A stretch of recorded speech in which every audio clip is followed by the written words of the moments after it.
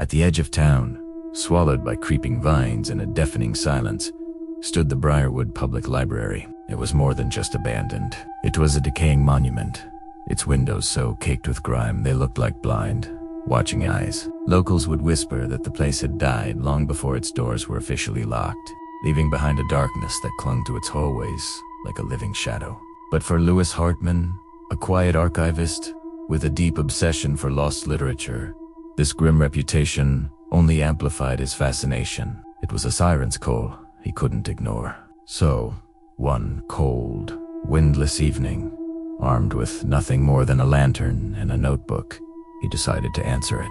The moment he stepped over the rotting threshold, the air changed. It grew thicker, heavy with the scent of mold, damp paper, and something else. Something metallic and unsettling, like the faint, coppery smell of dried blood. Each step he took was answered by the slow, tired groans of the floorboards beneath him. Towering bookshelves loomed on either side, like wooden giants leaning in, as if they had been listening for years, waiting for a new sound. Lewis moved deeper into the oppressive quiet, holding his breath. The silence was too heavy to be natural, too full. It felt as if the library itself was holding its breath too, waiting for him to speak first. He soon found himself in the central reading hall. It was an enormous chamber that had once hosted scholars, children, and dreamers. Now it was a graveyard of collapsing desks and scattered books. They lay in piles like the bleached bones of forgotten stories. But amidst the decay, one thing was disturbingly, impossibly out of place. In the very center of the room, a single candle was burning. It was freshly lit, its flame unnervingly steady in the stagnant air. As he stared at it, his own lantern flickered violently, as if reacting to something he couldn't see. A shaky hello escaped his lips, more an instinct than a question. The moment his voice touched the air, the silence shattered, but it wasn't with a sound.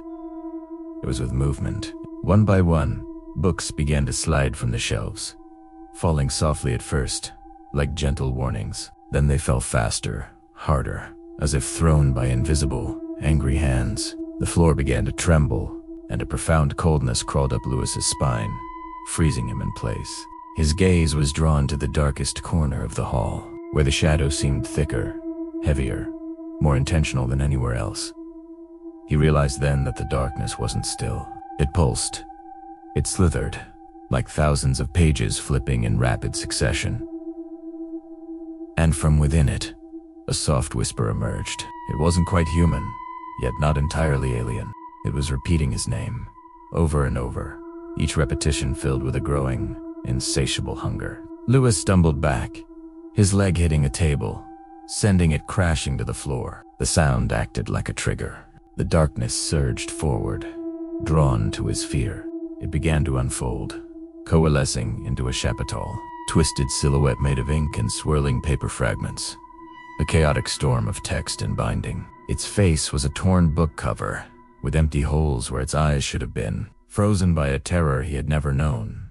Lewis saw that the creature held books within its shifting, iterreal form. Each one opened and closed in a rhythmic, horrifying motion, like breathing lungs, and with each breath, he heard faint voices leak out, pleading, crying, screaming. They were the voices of those who had gone missing near the library over the years, their final moments captured in an endless loop.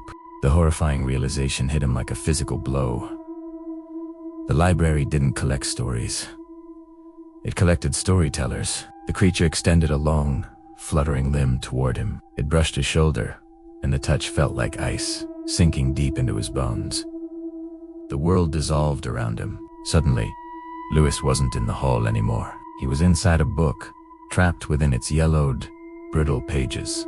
He was surrounded by the silent echoes of countless others who had been swallowed by the library's hunger. He saw their faces, hollow-eyed and soundless, pressed between paragraphs of forgotten text, their mouths open in screams no one would ever hear. He felt the sharp edges of the paper, cutting into his skin, binding him tighter as words began to write themselves across his body, imprinting his own name, his own story, into the book's spine. He tried to struggle to fight back, but the pages folded around him with a crushing finality, flattening him into the text. The book snapped shut, sealing him in absolute darkness. Back in the reading hall, the creature of ink and paper returned the new book to its shelf.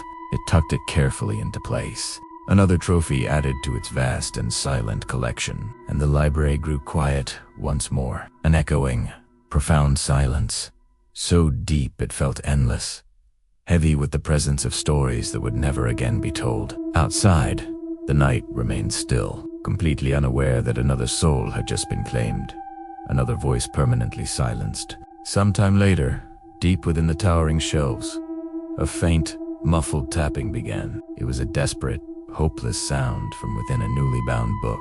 But the library simply swallowed that sound too, absorbing it into its infinite quiet. Because in Briarwood, stories never truly ended. They just waited, patiently, for someone else to come along and turn the page.